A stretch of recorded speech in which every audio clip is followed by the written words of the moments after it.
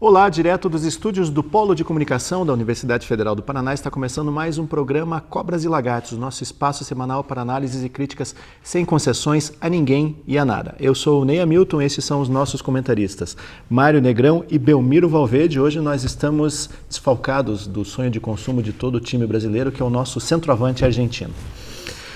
Senhores, nesta semana, um dos ícones da história recente mundial está completando 80 anos. Fidel Castro Ruz, e por acaso ele está afastado do poder. Mário Negrão, você não é exatamente eu sei que você não é uma pessoa que nutre grandes simpatias pelo Fidel Castro, mas... Nem grande, nem tão pouco pequeno. Mas a saída aí, mas ele é uma figura histórica, não se pode negar que ele botou a Cuba no cenário geopolítico mundial. Cuba era uma ilha insignificante até a ascensão dos castristas ao poder. E, no entanto, Fidel Castro parece que desculpem o clichê, mas parece que é uma estrela que vai se apagando. Estrela do socialismo que era colocada pelos esquerdistas da América Latina, parece que é uma estrela que está se apagando. Vai fazer falta Fidel Castro, a figura dele, o que ele representou? Bom, eu acho que faria falta em determinado sentido, né, de que o mundo está sentindo carência de elementos de polarização, elementos polarizantes, né? Porque, veja, o Fidel Castro teve uma grande utilidade no mundo, né? Alguma coisa a gente encontra. E essa grande utilidade, eu acho que foi criar uma polarização. Nessa polarização surgiu muita energia, muita coisa que foi... ele alavancou um pedaço da Guerra Fria, mas aqui você vê que aquela época ali foi quando começou a desilusão com a Guerra Fria. Finalmente acabou, né? Então, o Fidel Castro, eu acho que faz falta no sentido de ser dessas figuras polêmicas, né, que cria estados de polarização. Mas eu acho que a humanidade já evoluiu, né, ao ponto de que não precisa mais decidir as coisas entre extremos tão grandes, né? Então, você hoje está com uma crise de otimismo impressionante. A humanidade evoluiu. A gente vê o que está acontecendo no Líbano, se dizer que a humanidade evoluiu. Mas tudo bem, eu vou perdoar isso. Eu acho assim, a humanidade evoluiu no sentido da reação que nós estamos tendo a isso tudo, né? Você vê, a guerra não é mais... Eu lembro do tempo, né, meu amigo, que o sujeito no Rio era aluno do colégio militar, botava aquele uniforme, ou alguém vinha do Vietnã, era considerado um herói, né? E hoje em dia a coisa está diferente.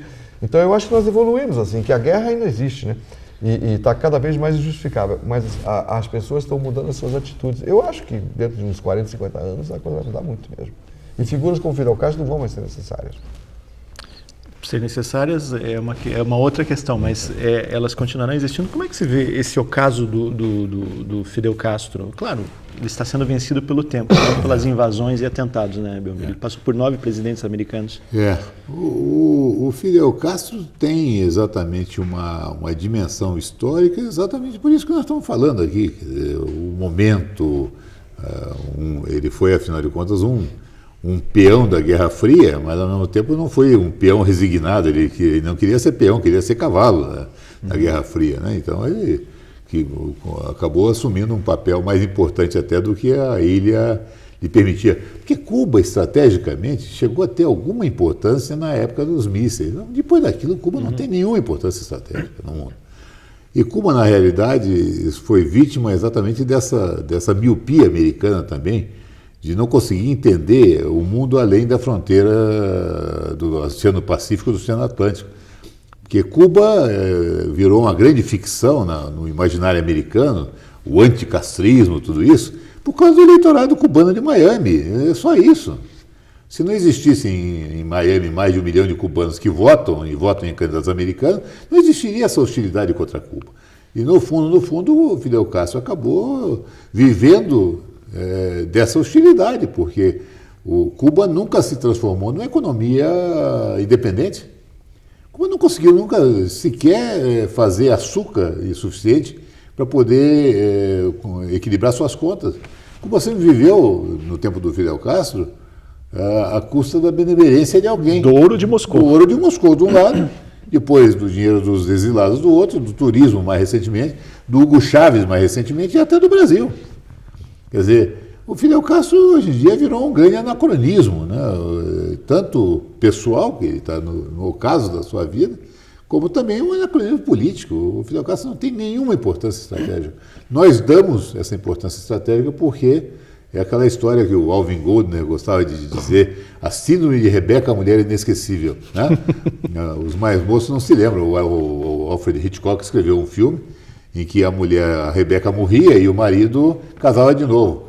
Mas só que ele não conseguia tirar a Rebeca da cabeça. Então ele destruiu a vida da família nova, da nova mulher, pegou fogo na casa, morreu todo mundo, porque ele não conseguia tirar a Rebeca da cabeça.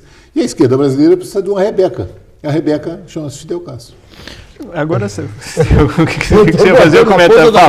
Fala. Assim, eu acho que o Fidel Castro representa, estou falando de brincadeira, mas talvez não seja, que o Fidel Castro representa, na verdade, uma falha da evolução das ciências biológicas, né? Porque essa dificuldade imensa de achar um bom repelente de tubarão, né, acabou mudando a história do mundo. Porque imagina se tivesse um repelente de tubarão perfeito, não tinha mais ninguém em Cuba, né? Porque com o tubarão já estavam indo. Vamos deixar isso para o campo da pesquisa da biologia. Da ictiologia. Mas a questão da figura do Fidel Castro, muito o que ele representava, quando ele morre, a esperança de revoluções românticas, Mário, você acha que com ele é enterrado esse sonho? Porque as revoluções, elas sempre tiveram ao longo da história, elas sempre foram carregadas de tons muito fortes de romantismo.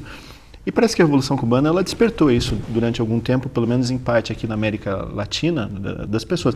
E pelo mundo afora. Até hoje, o Che Guevara é um ícone, né, da juventude, ele conseguiu resistir a tudo isso. O Fidel Castro enterra esse revolucionarismo romântico? Até um certo ponto. Eu acho que ele enterra até um determinado ponto. Aqui a gente tem que fazer uma digressão rápida aqui sobre o conceito de justiça, né? Porque eu acho assim, você pode olhar todo o castrismo sob o ponto de vista político e geopolítico, tudo que é muito interessante e muito verdadeiro. Mas eu tenho uma visão muito peculiar. Eu vejo o Fidel Castro como representante de um determinado tipo de justiça. Então, dentro assim de um estudo superficial, porque eu não sou jurista, não sou advogado, então eu vou falar talvez besteira aqui. Mas a justiça é baseada em três tipos. A justiça é baseada em imperativos, né? E tem três tipos de imperativo. Tem imperativo divino. Sempre. Né? Imperativo divino, né? Quer dizer, uma lei é assim porque o Deus ou alguma entidade divina quis que fosse assim. Nós já evoluímos disso.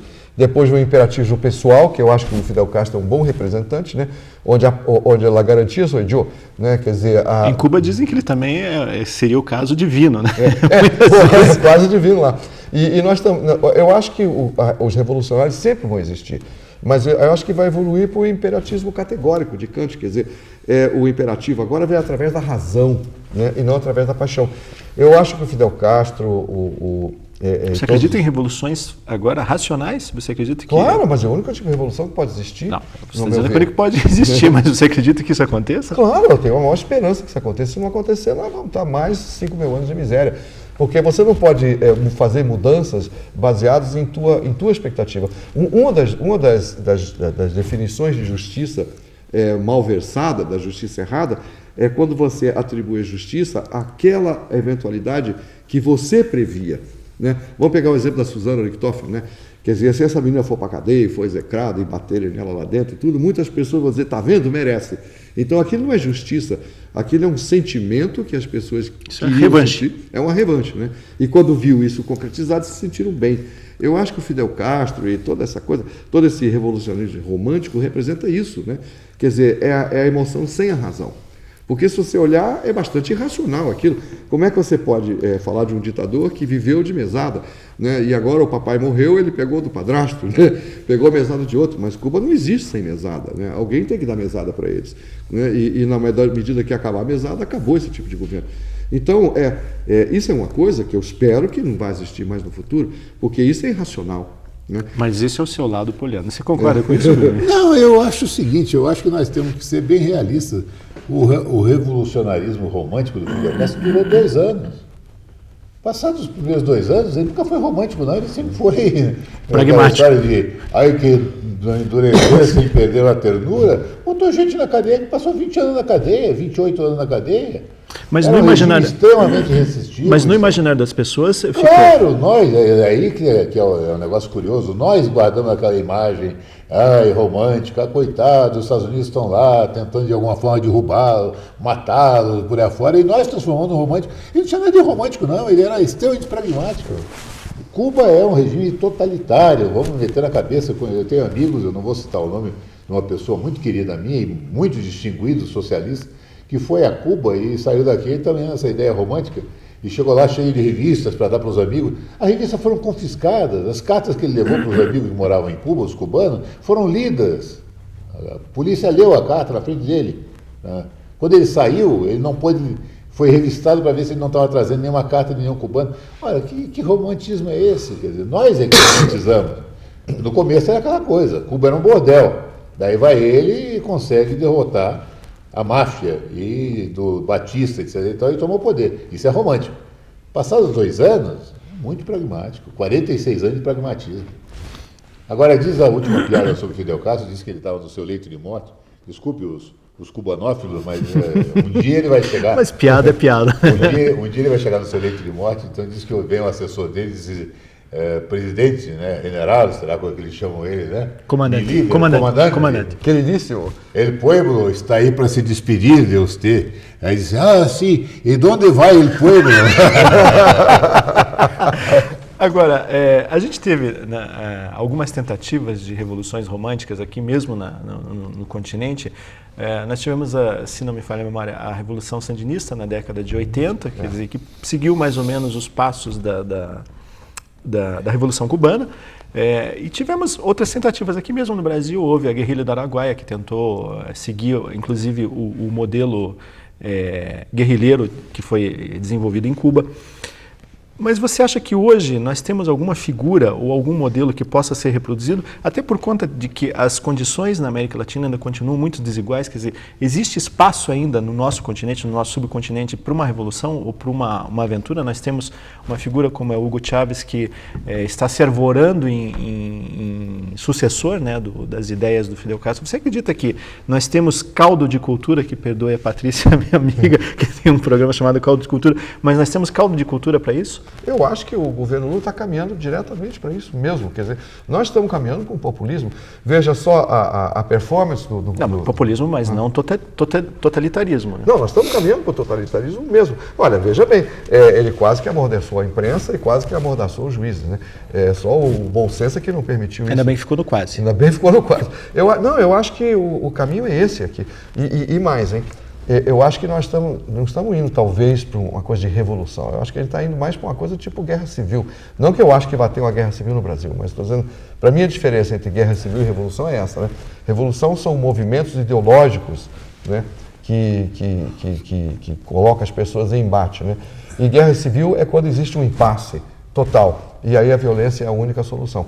Eu acho que o MST, né, já está demonstrando isso, que a sociedade brasileira está polarizando-se cada vez mais. O Estado paralelo, que agora é uma realidade. Né?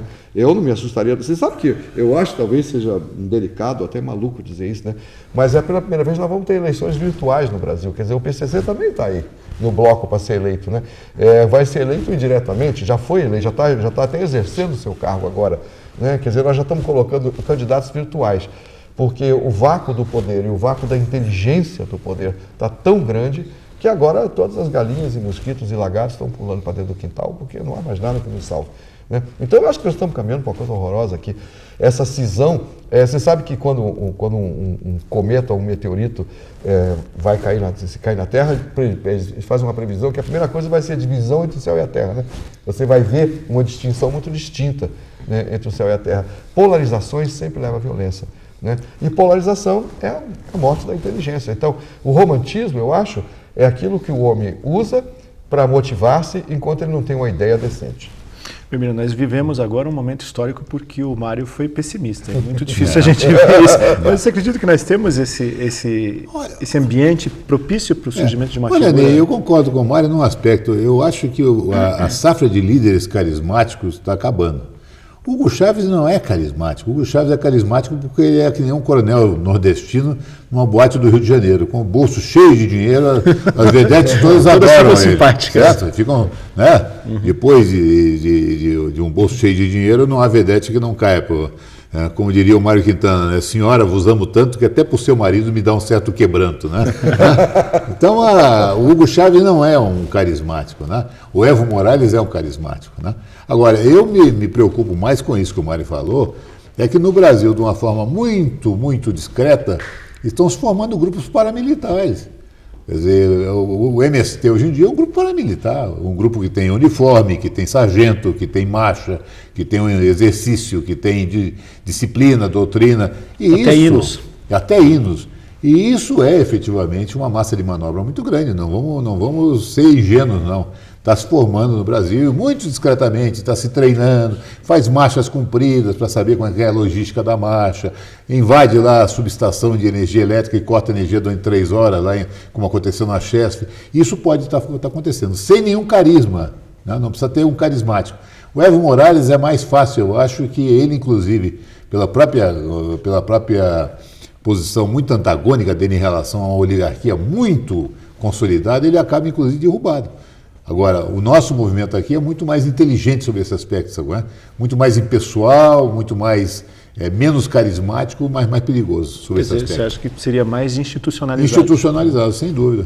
E por isso mais Sem difícil dúvida. até... Olha, eu não tenho dúvida nenhuma, Ney, que se o Hugo Chávez cometer essa última insânia que ele está querendo cometer, que é se associar ao Irã, para o Irã usar a Venezuela como base de estocagem de bombas, etc., você não tem a dúvida nenhuma que ele não se livra de uma intervenção militar americana mais dia menos dia. Não tem a menor dúvida. A Venezuela não tem um nível que tem o Afeganistão ou que tem o Iraque de organização religiosa, política, nada disso. A Venezuela é uma América Latina e a América Latina mais atrasada do mundo. Então, o Hugo Chávez também está no seu momento de graça, mas ele não deve extrapolar muito não, porque acaba acontecendo alguma coisa que ele não espera, né? E isso eu acho que tira um pouco a sua eficácia, né? Em compensação, no Brasil, nós estamos com esse risco. Sim, muito patente. Mas legal. Eu até queria emendar no seu comentário, que isso é uma coisa que eu acho muito preocupante, porque, veja bem, eu acho que o que está tomando conta, não só no Brasil, no mundo, mas é uma onda de certitudes, né? Quer dizer, definindo aqui certitudes, do meu ponto de vista, como a certeza que você tem baseada na força da tua personalidade, ou na personalidade de alguém, ou na força de alguma ideia, e não na força do raciocínio, da lógica, ou bem dizer, da razão, né? Ou seja, a certitude é a motivação do ignorante, né? É quando você não tem mesmo uma ideia forte dentro de você. Aquilo que você fala tanto do Santayana, né? Que o fanático, quando perde o objetivo, ele redobra seus esforços, né? Eu acho que isso define maravilhosamente bem o que é a certitude. Então você vê, certitude do lado do George Bush, né? Que é uma coisa que chega a ser patética, chega a ser doída, né? Ver como esse homem abstém-se da lógica para ficar titiritando-se, né, com suas certezas, né? O George Bush é aquilo, né, que as pessoas chamam o idiota com iniciativa, né? Que são as duas categorias difíceis. A outra é o imbecil com sorte, né? E tem um nome autoexplicativo, né? Walker Bush, é o arbusto andante. É o arbusto andante. E aqui no Brasil a gente está vendo assim, como a certitude está aparecendo. Como assim é mais fácil, em vez de analisar algum problema, usar-se de chavões ou de certitudes para poder definir. Por exemplo, vamos falar aqui do imperialismo americano. Eu sempre fico irritado com essa frase, porque eu não gosto de George Bush, eu acho aquilo execrável, não vejo nenhuma maneira de defendê-lo. Mas eu acho que esse rótulo, esse lençol de imperialismo americano é uma das coisas mais destrutivas que existe para a nossa compreensão, porque eu morei lá há muitos anos, é um país tão grande, tão diversificado, tem tanta gente diferente, que você chegar e puxar uma generalização dessa, isso gera certitude. Então a certitude, ela nasce das generalizações. E aqui nós vamos vendo pululando, desde crime até religião. Todo mundo agora tem razão. Chega um levanta, um religioso, ele tem razão. O criminoso tem razão. O MST, todo mundo tem razão. Mas ninguém usa a razão para ter a razão. Eu acho isso extremamente preocupante. Como diria o Raul Seixas, né? Todo mundo explica, o padre explica. Todo mundo explica. Mas ninguém entende, né? Então, eu acho isso, né? Isso é que eu acho assustador no Brasil. É ver como que a lógica, né, e a razão per se desapareceu. E agora nós estamos movidos pela paixão, né? E isso vai terminar muito mal para o Brasil, como termina para qualquer pessoa. Esse bloco parece do Chacrinha, né? Não estou aqui para esclarecer, mas sim para confundir. Vamos a um rápido intervalo. No próximo bloco nós vamos falar sobre bombeiros. É só um instante. Bombeiros.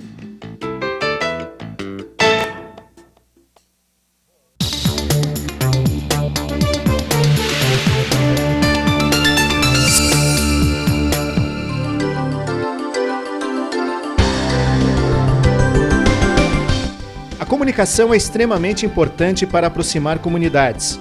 O CELIM, Centro de Línguas e Interculturalidade da UFPR, procura levar seus alunos a perceberem como se realiza a integração entre diferentes culturas em uma mesma sociedade, promovendo assim a troca de valores e informações culturais. Através da arte, da música, da literatura, das tradições e costumes, eles conhecem o modo de ser de diferentes países. Ligado ao setor de ciências humanas e aos departamentos que compõem o curso de letras, o CELIM oferece cursos em 22 idiomas. Eles ensinam aquela comunicação cotidiana e também aquela compreensão de textos e fazem muito destaque ao valor de aprender ambas coisas. Ao oportunizar o uso didático-pedagógico de novas tecnologias no ensino-aprendizagem, produzindo pesquisa e conhecimento na área de ensino de línguas, o CELIM funciona como uma escola de aplicação, na qual diversos alunos do curso de letras da UFPR fazem estágios e adquirem experiência para atuar em sua futura profissão em outras instituições. O que é bom do CELIM é que você tem uma oportunidade para trabalhar e que você, por trás, existem pessoas com você te auxiliando e fazendo com que você acredite no que você aprendeu e que você possa desenvolver técnicas para dar aula, né, técnicas didático-pedagógicas e, além disso, continuar estudando. É neste ambiente que surge a troca de informações, a possibilidade de ir além da sala de aula num microcosmo que reproduz nossa sociedade multicultural. Buscando atender tanto a comunidade universitária quanto ao público externo da UFPR e também a programas sociais como o Programa Formare de Educação Profissional, o CELIM oferece bolsas de estudo integrais e parciais para todas as suas turmas. O CELIM é, portanto, uma unidade da UFPR voltada tanto para o aprimoramento profissional dos que nele atuam, quanto para o atendimento da comunidade de uma maneira geral. Mais informações no site www.humanas.ufpr.br/CELIM.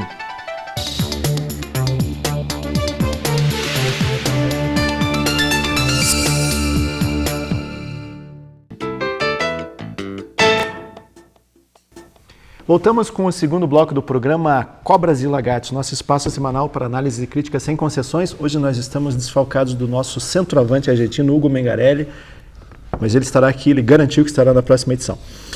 Belmiro Valverde, vamos falar sobre bombeiros nesse bloco e eu vou começar com você porque é um assunto que a Luma de Oliveira adoraria. Não, mas diz respeito ao comportamento empresarial. Uma pesquisa feita recentemente em várias empresas de todo o mundo, isso inclui o Brasil, mostrou o seguinte, que na Europa, nos Estados Unidos e Canadá, as pessoas elas têm uma produtividade muito grande por vários fatores. No Brasil, a pessoa que trabalha nas empresas, ela perde 60% do seu tempo fazendo o quê? Apagando incêndios. Você já sentiu isso na prática? Vamos falar um pouco sobre as pessoas sobre os bombeiros na vida real e as pessoas que apagam incêndio com gasolina. Dá para sentir isso nas empresas? Isso realmente? Nas empresas se sente fundamentalmente porque as empresas, especialmente brasileiras, elas são muito improvisadas, né? Então a antítese do bombeiro é a empresa normatizada. Quando acontecer tal coisa, o que você faz? Quando acontecer tal coisa, o que eu faço? Né? Isso tudo, uma empresa organizada faz isso, né? E o que eu estou dizendo, e nós não somos assim, nós somos profundamente desorganizados, nós somos muito improvisadores, né? E a palavra improviso vem do latim, improviso significa aquilo que não foi visto antes. Então, né, a maior parte das pessoas vão para uma empresa, o empresário se forma de uma forma muito espontânea no Brasil, e ele não tem a menor ideia. À medida que as coisas vão acontecendo, ele vai quebrando o galho, né? Isso não é axiologia, não. Existe uma pesquisa feita pela McKinsey Global Research que é a maior empresa de consultoria do mundo, que diz que a diferença da produtividade entre o brasileiro e o americano seria praticamente eliminada se os brasileiros aprendessem a produzir as coisas. Parece meio óbvio, né? É meio óbvio. Coisas banais, às vezes, de organização da produção, organização dos processos administrativos dentro da empresa, linhas de comando, essas coisas banais, né? Então, eu concordo, eu acho que, como você tem um grande nível de improvisação, e ao mesmo tempo essa improvisação é coletiva, então não é só você que improvisa, os outros improvisam também, tá? Então você fica à mercê da improvisação dos outros. Por que não chegou meu pedido? Eu não encontrei seu pedido. Não, eu mandei por fax. Que dia você mandou? Manda de novo, eu vou ver. Perdeu-se o troço, né? Era com a dona fulana saiu da empresa. Quer dizer, como você é vítima dessa improvisação coletiva, se perde uma enorme quantidade de energia. Isso é verdade. Só lembrando que essa pesquisa mostra que nos Estados Unidos, na América do Norte e na Europa, as pessoas gastam apenas 20% do seu tempo produtivo apagando incêndios. Quer dizer, aqui é 3 vezes mais. Como é que isso tem muito a ver com a nossa personalidade, Mário Negrão? Apagar incêndios? Tem e tem uma consideração... Depois você vai falar sobre apagar incêndios na vida doméstica. Quer dizer, também nós perdemos tempo assim, mas primeiro... Eu acho que existe...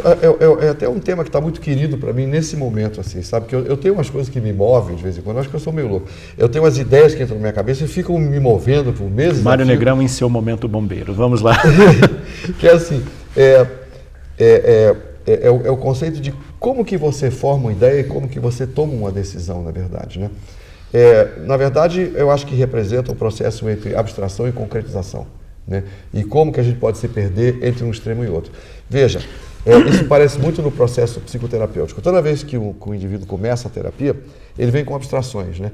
Ele não quer discutir, por exemplo, o ciúme dele, ele quer discutir o ciúme em geral, né? Ou coisa assim, né? Ele não traz para a terapia, né? A coisa personalizada e concretizada, né? Assim, tem gente que está trabalhando aqui nessa empresa e está ganhando mais do que outros que estão trabalhando menos. Tem gente, mas não diz o nome, não mostra a cobra nem o pau que matou. Então, o grande erro das pessoas é ficar muito tempo na abstração, ou como Jimmy Carter, né, que ficava mergulhado numa concretização assim, assustadora o tempo todo. Ele sabia quantos amendoins tinha nos Estados Unidos, mas ele nunca teve uma visão global das coisas suficiente. Não sabia fazer paçoca. Não sabia fazer paçoca. Então, o troubleshooter, né, que na verdade, que eu lembro que os americanos tinham troubleshooters de plantão, né? Lembra como é que é o nome daquele? Vernon Walter, né? Vernon Walter, que era... Na época da Revolução, da CIA, que ele era o quebra-galho do Kennedy depois do Lyndon Johnson, né? E veio aqui no Brasil muitas vezes ele foi assessor militar, foi adido militar. E ele tinha essa capacidade que o troubleshooter tem, que é ficar exatamente no meio entre a concretização. Que veja, quando você vai examinar um problema, se você abstrai demais, você perde a individualização das soluções do problema. Se você concretiza demais, você perde aquilo que o americano chama de big picture, né? Você perde a visualização geral. E isso é meio do ser humano. Acho que todos nós temos esse problema de ficar flutuando entre a concretização e a abstração. E o troubleshooter é aquele cara que se coloca exatamente no meio e consegue enxergar. Ou seja, é a pessoa que tem a inocência de visão para poder passar por toda aquela árvore de detalhes. Veja que, às vezes, em psicoterapia, você botar um filho, né, ou botar uma esposa no meio da sessão de terapia é mais profícuo do que você ficar falando horas e horas com o paciente. Porque a pessoa diz no ato aquilo que é óbvio, né? O Belmiro falou uma palavra muito certa, é a busca do óbvio. O psicoterapeuta, para mim, é um indivíduo que mostra para as pessoas aquilo que ele vê como óbvio. Porque o óbvio é a coisa mais difícil de ver. Todo mundo é capaz de resolver problema de álgebra. Mas se você for olhar na matemática nas escolas, as crianças levam bomba em aritmética. Não é em álgebra, né? Elas conseguem montar as equações, depois esquecem quanto é que 4 vezes 5, né? E não conseguem concretizar o problema. Então eu vejo assim, como nós ficamos sempre como uma espada de Damocles, pendurado entre abstrações e concretizações, e se a gente não tiver um troubleshooter interno, a gente perde o rumo. Agora, Belmiro, os bombeiros brasileiros, isso dentro das empresas, eles têm essa consciência de foco? Ou muitas vezes é justamente não saber onde está a chama, quer dizer, ele sai jogando água para todo lado. Exatamente.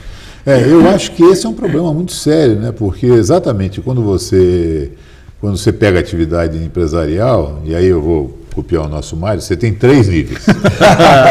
Isso é contagioso. Tem um nível estratégico, né? Que é aquela olha, você está lá no alto, você vê as coisas em perspectiva, sem muito detalhe, vê o grande horizonte, né? E isso, fundamentalmente, é a capacidade mais valorizada, devia ser a capacidade mais valorizada do empresário e do administrador. Porque o cara é capaz de ver o grande panorama, né? O general, né? Picture, né? Estratégia vem exatamente da arte do generalato. O estratega era o general grego, né? Você tem uma camada intermediária, que é a chamada tática, e depois você tem o chão de fábrica, que é exatamente o nível operacional. E exatamente a opressão do dia a dia, do quebra-galho, do bombeiro, de apagar um incêndio porque o cliente mandou de volta a mercadoria, porque o outro cancelou o pedido, porque o banco cortou a linha de crédito, porque o empregado não foi trabalhar, faz com que você caia só no chão de fábrica. Então você perde essa perspectiva. Então é muito comum que você veja pessoas que passam o dia inteiro afobadíssimas, né? Preocupadíssimas, com 10 telefones na mão, mas não produzem. Porque elas são incapazes de ver um palmo diante do nariz, elas estão resolvendo o cotidiano, elas estão resolvendo o problema do dia. Mas a empresa, muitas vezes, ela não está vendo o que está acontecendo dentro de um mês ou dentro de um ano, né? Então, isso realmente acontece, né? E a empresa brasileira é tipicamente vítima disso por causa disso, porque o nível de improvisação, de desorganização produtiva e desorganização social é muito grande. Agora, falando do comportamento, essa questão de você apagar incêndios, às vezes os incêndios eles não têm só causas externas. Eles, principalmente dentro das empresas e dentro de qualquer organização social. Mas para o bombeiro ele tem uma função redobrada, porque ele também tem que combater os incendiários. Como é que é isso? Conviver com os incendiários? Isso em todos os níveis. Pode ser até em 3 níveis. Isso é terrível. Eu até evoco aqui, eu acho que um grande pensador, que é o Antônio Damasio, né? Que acho que trouxe para a gente, finalmente, uma maneira da gente entender por que existem incendiários, por que existem bombeiros, por que a gente se engana tanto? Né? Se você parar para pensar, o cérebro humano supostamente, né, o ápice da evolução biológica. Eu acho que não, viu? Mas pelo menos reza a lenda que o nosso cérebro é o ápice da evolução biológica. Então você pergunta assim, mas com esse ápice todo, com essa maravilha de cérebro que você tem, por que a gente faz tanta bobagem? Por que o ser humano faz tanta bobagem? Sabe por quê? O Antônio Damasio explicou muito bem, com o conceito que ele chama de mapa. Né? Você tem 2 mapas dentro de você, aqui é só 2. Você tem 2 mapas dentro de você. Um seria o mapa primário. Mapa é quando você cria dentro de si relatórios sobre a realidade. Porque, para mim, eu defini a inteligência como a capacidade de ler e entender seus próprios relatórios. Né? Você faz relatórios sobre o que acontece dentro e fora, e a síntese desses relatórios é o que te move, né, na vida. E o primeiro relatório é o primário, quer dizer, todo mundo sabe exatamente qual é a verdade. Eu nunca vi, eu tenho quase 30 anos de experiência como psicoterapeuta, eu nunca vi uma pessoa entrar na minha sala que já não soubesse de antemão a solução. Ele vai lá para a gente educadamente fazer de conta que não sabe e caminhar até aquilo. Mas no primeiro dia ele já sabe qual é a solução. As pessoas sabem. Mas acontece que vem o mapa secundário. O mapa secundário é a realidade acrescida, a sua história, a sua ideologia, os seus pensamentos. Né? Esse mapa secundário, infelizmente, é o mapa que nós seguimos. Então, o ser humano, ele não entende a realidade, ele entende o que ele quer ver. Como diria um político muito conhecido, simplificando as coisas, é o liquidificador do nosso cérebro. É o liquidificador. Porque, veja, se você vê uma cena, né, por exemplo, você entra e vê, a tua esposa com o seu melhor amigo sentado num sofá, numa postura que pode chamar a atenção e te trazer ciúmes, né? O seu mapa primário diz assim, que bobagem, eles estão conversando, não há nada demais nisso. Aquela velha frase, não é o que você está pensando. Não é o que você está pensando. O mapa secundário não. O mapa secundário vai te inflamando com as possibilidades que você imagina pelas suas previsões. E é isso que cria o erro humano. Porque se nós aplicássemos a razão, como São Tomás de Aquino dizia, a razão aplicada é o grande lenimento, é o grande bálsamo da humanidade, porque a humanidade resiste à razão, ao comportamento racional. E o comportamento racional atende ao mapa primário, não ao mapa secundário. Ou seja, você não vai fazer aquilo que te faz bem. Por exemplo, em termos de, trazendo isso para termos mais simples, em termos de empresário, eu acho que até talvez o Belmiro fale muito melhor do que eu nisso, mas eu reconheço 2 pessoas na empresa. Aquelas pessoas que trabalham por dinheiro e aquelas que trabalham por elogio. né? As pessoas que trabalham por dinheiro geralmente são muito eficientes, né? E fazem o que tem que fazer sem muita alarde. As que trabalham por elogio, meu Deus, são rinocerontes soltos dentro de cristaleira, porque eles são capazes de fazer qualquer coisa para ganhar a aprovação do chefe, né? E nisso é que começam todas as confusões. Depois dessa Não sei se você concorda comigo. Depois dessa aula de cartografia, Belmiro, como localizar e trabalhar com os incendiários à nossa volta? Isso tanto no meio empresarial como no dia a dia. Esse né, é um erro, é uma subestimação muito comum na vida empresarial, é que a gente acha que como as empresas são entidades econômicas supostamente racionais, não existe o incendiário. Não, estão todos ali, o ideal de produzir as coisas. E vários teóricos, né, com muita propriedade, já mostraram que as empresas são organizações políticas como qualquer outra. Quer dizer, é um jogo, existem jogos de poder. Se eles sair bem nesse negócio, vai ficar ruim para mim, então eu vou fazer tudo para detonar ele. Né? Isso é um incendiário em potencial, né? Grupos, grupelhos, né? Jogos de sedução, né? Grupos informais operando. Rádio corredor, rádio peão, né? Grapevine, como chama o americano. Né? Então, isso realmente é uma coisa muito complicada. Você tem. E aí que vem a história da liderança, né? A história da liderança intelectual, da liderança operacional. Você tem que conseguir conviver com essas coisas todas. E hoje em dia se dá muito valor, inclusive, a você fazer a chamada coalizão, né? Você fazer, usando a metáfora do mapa, você mapear esse jogo de poder. Vem cá, vou fazer tal coisa. Quem é que vai ser prejudicado? Fulano, Ciclano e Beltrano. Quem é que vai ser beneficiado? Fulano, Ciclano e Beltrano. Procurar saber isso antes. Porque daí você vai tentar neutralizar o teu adversário, você vai tentar, de alguma forma, chamar para o teu lado o teu potencial aliado. Isso hoje em dia é muito entendido como um jogo importantíssimo dentro da empresa. Se você não fizer isso, você vai ser derrotado. Exatamente por isso. Porque as pessoas vão fazer jogos para poder derrotar você. Eles não são bombeiros, eles são incendiários e querem ser incendiários. Eles querem te incendiar. Eu queria até emendar no primeiro nesse sentido aqui, assim, que eu acho que a gente tem uma ilusão sobre o processo decisório, porque diz assim, o chefe, o líder, é o indivíduo que sabe fazer as decisões certas, né? E o americano adora essa palavra decision making, né? It's your choice, it's your option, it's your call, né? E dão muito valor. The buck stops here. The buck stops here, né? O bastão para aqui. Existe todo um romantismo em volta dessa capacidade que você pensa que você é algum Siegfried, né? Que chega na hora, se imbui de alguma força mística e toma uma decisão certa. Para mim, o bom líder sempre foi aquele que tem o bom senso. Que acaba sendo uma coisa irracional, né? Claro. Dentro Sabe que para mim o que é um bom líder? É o cara que tem coragem de implementar o possível. Né? Esse é o bom líder. Não é aquele que faz decisões escalafobéticas, é o sujeito que põe ali as decisões e fala assim, o que é possível aqui? Eu vou investir nisso. Tudo bem, mas agora eu quero a opinião do terapeuta. Quer dizer, como é que você neutraliza o incendiário do seu lado? Que muitas vezes você não sabe nem onde ele está. Quando você percebe, o fogo apareceu. Como é que neutraliza? Isso do ponto de vista de um jogo psicológico. Geralmente o incendiário é o indivíduo que se deslocou, né, do nexus de onde ele está e está imbuído por ideias próprias. A melhor coisa de você acabar com o incendiário é mandar ele em reunião. Ele começa todo dia, né? Ele vai nas reuniões, ele entende o que acontece, ele começa a calar a boca. Porque se ele cria uma comissão para ele. Bota ele na real, entendeu?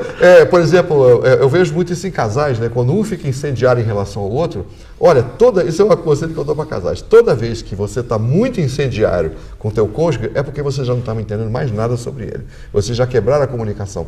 Porque o incendiário, quando ele é imbuído por essa força própria, ele é imbuído por esse vácuo, essa ignorância dele. Porque como ele não sabe, como o Cazuza diz, né? O que a gente não sabe, a gente inventa só para se distrair, né? Então esse é o incendiário. Belmiro, como é que neutraliza o incendiário? Olha só, como é que convive com ele, né? Depois, como é que neutraliza? Existe, eu sou mais autoritário nisso, sabe? Eu acho que esse processo todo é o processo que nas organizações chama de processo de mudança, né? Você tenta proselitismo, tenta trazer o cara para o teu lado, a coalizão, não sei o quê.